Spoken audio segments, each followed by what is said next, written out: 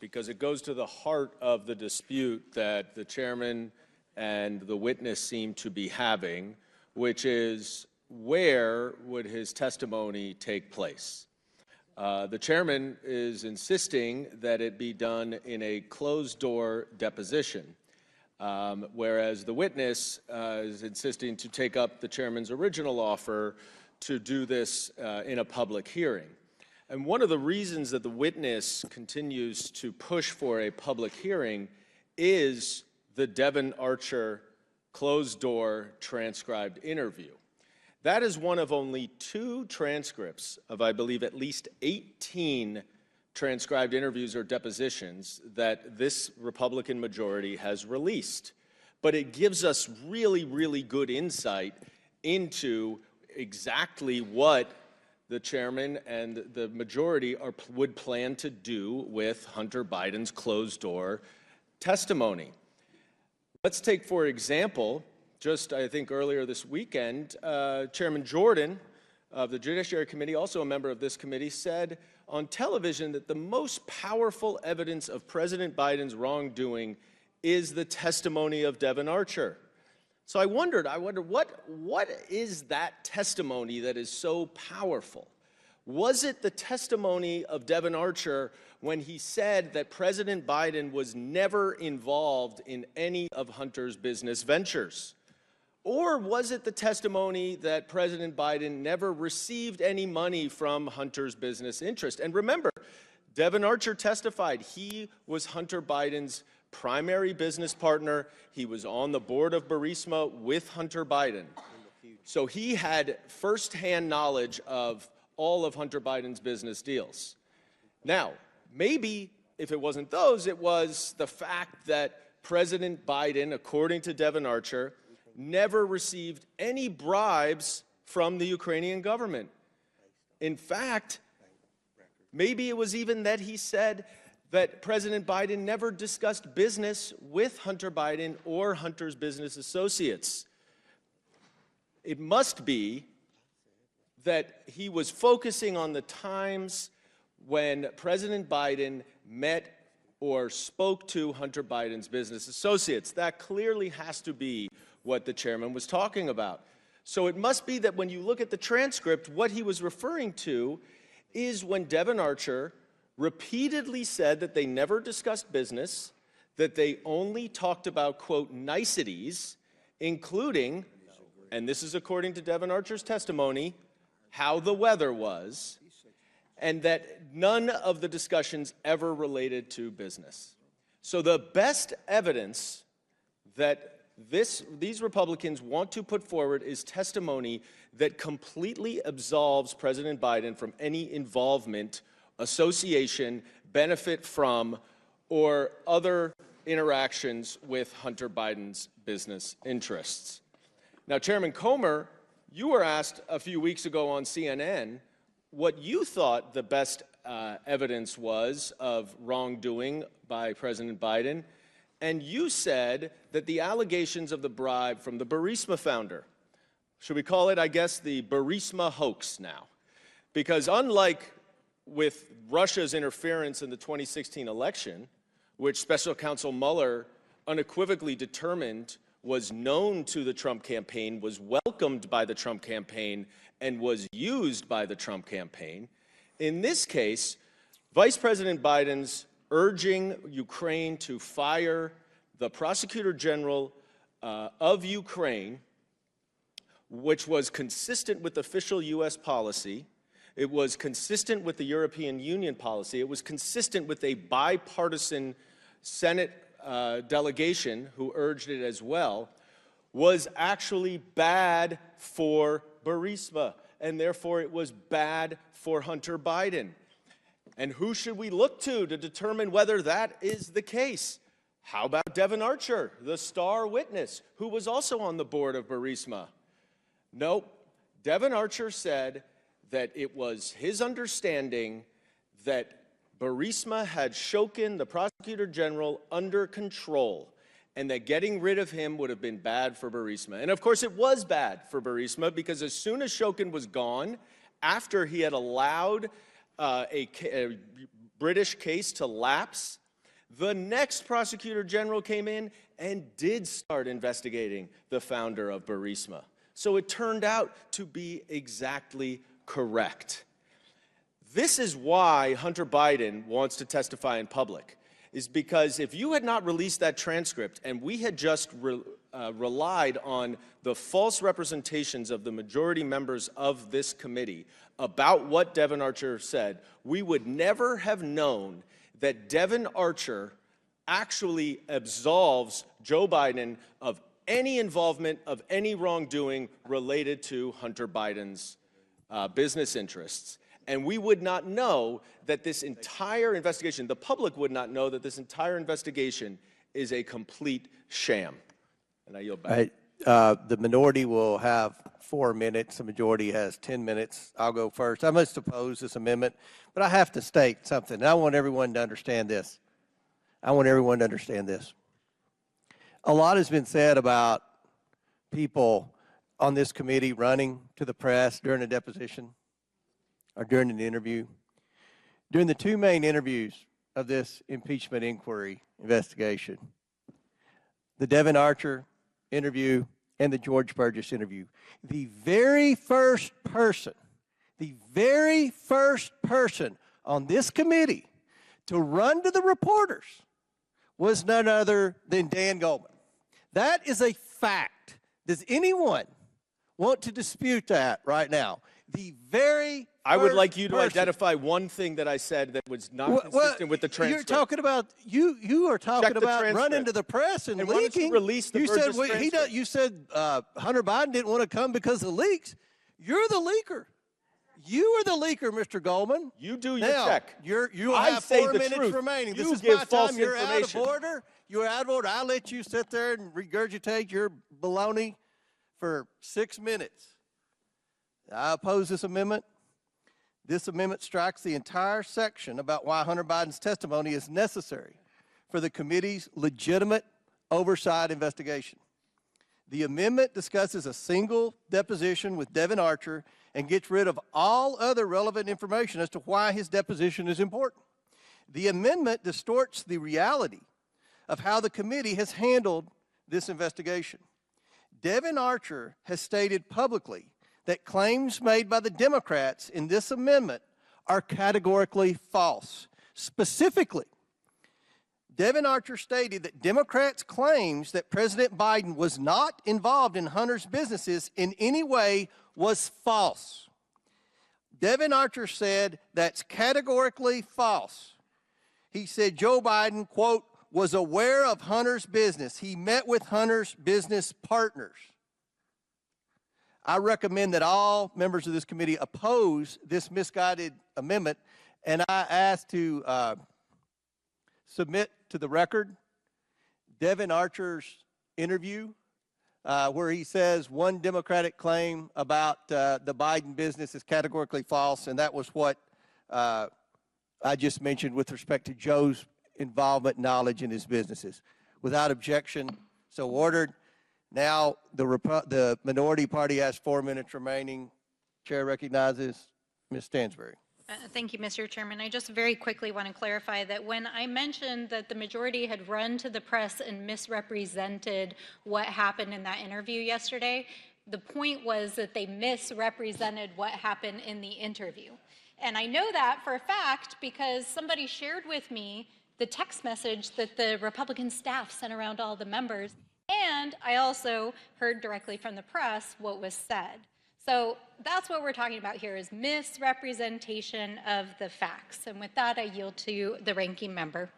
Thank you very much. And but I'm fascinated by this exchange because most committees I've been on, when the transcripts are released, it serves the vital function of transparency, but it also keeps people from misrepresenting and distorting the facts in advance.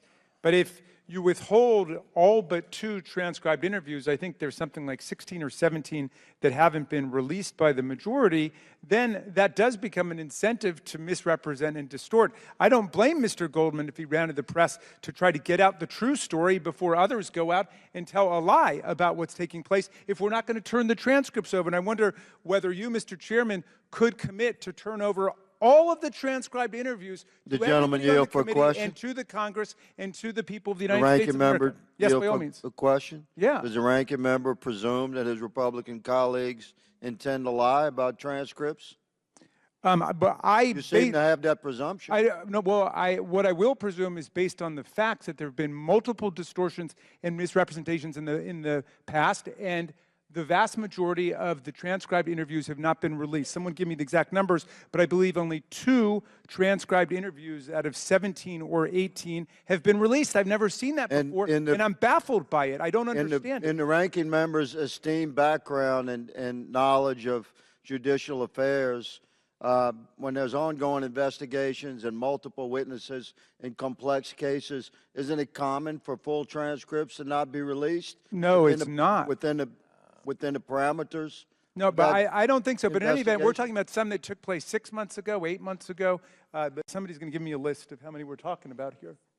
There's 17 total. Only 2 transcribed interviews have been released. So then it does become a race to get out to say, you know, what you think happened. Why don't we just give the people the transcribed interviews? We talk about transparency and accountability. That's the dominant theme of this committee. Isn't that something we can agree to? Will the ranking member yield for 1 minute? Yes, by all I means. yield. I have a question for the ranking member. If it is generally the practice of an investigator to withhold all of the transcripts during the investigative phase, would that normally also include releasing 2 of them? Well, that strikes me as odd. That does look like, you know, the famed cherry picking. It's as if to say, well, 2 of these interviews helped us. 15 or 16 of them don't help us, so we're going to bury them someplace. So that's odd, but I want to presume the best of my colleagues, Mr. Higgins, and that's why I'm asking the chairman to explain what is the practice here. Well, you complain that we don't release transcripts. You complain because we do release transcripts. Honestly, we released those 2 transcripts because you had misrepresented so much what Devin Archer said. That's probably one reason he went on Tucker Carlson's show to call you out for misrepresenting what he said in the transcribed interview. But So you now are it's been able to get released. them ready. You are able to get them ready, in other words, and you thought But that it was we have other strategically witnesses important. to interview. You know how it works, Mr. Raskins. You know, you're playing like you don't know how this works. You're playing and trying to act like you've never done an investigation before when you've led both impeachments and the January 6th. I didn't lead the first impeachment, but I wouldn't want to admit to leading that first impeachment either. I would have 10 nicknames from President Trump by Okay. now if I'd All led right. that one. Well, but- you got, I think your all's time is pretty much expired. Does anyone on our side have anything to add? I don't see anything. So, who's that? Mr. Gosar. Yeah, you know, we talk about facts. It wasn't U.S. policy to do what Biden did in Ukraine. The Obama administration actually said that Ukraine had complied with the law and that the loan should go through. Yes, they did. And that the vice president changed it on an audible over there. So the other thing I want to point out is if the president didn't know anything about Hunter Biden's businesses, how do you explain the 14, 15, 16, I can't remember now, how many times his partner actually went to the White House? How do you explain that? How do you explain this guy, Devin Archer, shows up at the White House? Who are you? Normally, the person's going to say, well, I'm Hunter Biden's business partner. That's typically what the average person would say. So how come you didn't know anything about that? Mr. Gosar, for the 6 people in America who are still watching our hearing, could you just explicate what you think the presidential crime is? Oh, I'm just saying right now, we're just talking about the facts. The facts here are misplayed. I mean, you complain about us, I'm going to complain about you because the you're gentleman yield distorting the facts. for 1 second? I'll give you a second. Mr. Gosar's time. Just, I'm not going to ask you to take my representation for it. I would ask you to go read the transcripts of the State Department witnesses in the first impeachment who were in the Ukraine embassy and in the State Department and were the ones who created and made the official U.S. policy, who all testified that Vice President Biden was acting consistent with official U.S. policy. Okay, well, that's not what we received. And when you start looking at this, You know, the courts, you know, I know the ranking member always goes to the courts. You know, you had a judge that basically said this honeypot of a deal for Hunter was no good. No one was going to get that. How do you explain the slow walking, you know, by the Justice Department on the IRS claims? And how many people get a chance to do that? Well, with the gentleman yield, that's a great point. And when the courts ruled against Hunter Biden, I don't think you heard a single complaint from anybody on our side of the aisle. We said, let the justice system proceed. But when the court said that the January 6th committee was validly and constitutionally composed, we still have people today who violated their subpoenas who are whining about how the committee is illegal. I mean, come on. I mean, how do you feel about that one? Could I ask you a question about that? Yes. Just out of curiosity, why did you all not hold them in contempt? Hold who in contempt? The people that didn't. Oh, we didn't have time at that point. I mean, we got up to the very end of the Congress. I was just wondering. But if you want to work on it now, let's do it. No. I'm totally with you, Mr. Chairman. No. I was just curious as to why you didn't. All right. Well, let's make it bipartisan. I'd like Everybody good? that We're we square? hold anyone who's violated No, I was just wondering. I mean, that's a tool that Congress has. If you've been on TV several times saying that people should honor congressional subpoenas. And I when believe they don't, you hold them in contempt. whether it's Steve Bannon, Dan Scavino, Jim Jordan, or Hunter Biden, if somebody is... But you did hold If the somebody- other two. I'm sorry? You did hold two of those in contempt of We Congress. did. Well, Steve Bannon's been convicted by a jury, by a court. He's been The convicted Department in of court. Justice And went still, after I him. don't think we Oh. could get a single person on your side of the aisle, other than Ms. Mace, to utter a word about people who violated subpoenas in the last Congress. I mean, that's extraordinary. And all that I've been saying about Hunter Biden is he accepted what was your original offer. You didn't like that offer anymore. You put out a different... Let me say this, and then your time's expired, Yeah. and we're going to get to the vote. Hunter Biden is more than welcome to come for a hearing after the deposition. Okay, you didn't say that before, but that's cool. You've changed the Mr. offer. Chairman, hold on. Will you No, guarantee the time is that expired. there will be a Mr. Goldman. public You have hearing? talked and talked. Will you and guarantee talked. that there will be a public hearing if he were to come in? After the deposition? I You guarantee. say right now Yes. you'll have a public hearing Yes. with Hunter Biden. Absolutely, we've said that. All right. Yeah, I know. We heard a lot about public Okay. hearings that have Very not good. happened. The question on the amendment. Chair recognizes Ms. Crockett from Texas for 5 minutes. Thank you, Mr. Chair. And before I begin, let me first just say thank you so much. I sit on the Ag Committee, so you were like feeding my soul as you were talking about the struggles of our farmers, because I've been listening to my farmers talk about the droughts, and I am from the state of Texas where we are enduring droughts, floods, as well as freezes. So we have everything as a result of the thing that really does exist called climate change. So thank you for that. I'm tired of my colleagues on the right using these hearings as a tool for their 2024 campaign. Pretty soon, this committee's majority will need to file with the FEC an in-kind contribution. Instead of talking about how Speaker McCarthy's manufactured crisis on the debt ceiling has led to declines in the stock market, instead of talking about how investors are scared about whether U.S. will pay its bills, today we're talking about their fear of what my colleagues call radical wokeism. ESG is not, I repeat, ESG is not radical or woke. And being from Texas, I can tell you what radical looks like, because clearly we've had some tragedies just this past week because of radical rhetoric, if we're going to talk about what radical looks like. ESG, like any financial information, is just good business. It's another tool in the toolbox to consider advantageous investments and business decisions. Asset managers have a legal fiduciary duty to maximize profits, but it's ignorant to say that to maximize profits, you have to do it at the expense of ESG. That's just false. ESG impacts our investment strategies that incorporate long-term risks to make long-term down payments as well as returns on future breakthroughs. They allow financial professions to manage and promote risk reduction for client investments to maximize returns. I'm surprised our chairman is opposed to this, because just last week, he praised the GAO's high-risk list as a valuable tool for, quote, Congress can make more informed decisions. It's only responsible then that asset managers present all information posing financial risk to clients to allow them to make more informed decisions, especially Americans wanting to responsibly manage their retirement savings. The asset managers offer ESG information because large companies use ESG in their business decisions and investments. Why? Because there are real financial and monetary returns when ESG impacts are incorporated. Attorney General Marshall, yes or no, ESG risks have monetary value that impact financial benefits and corporate opportunities? I disagree with all of ESG criteria.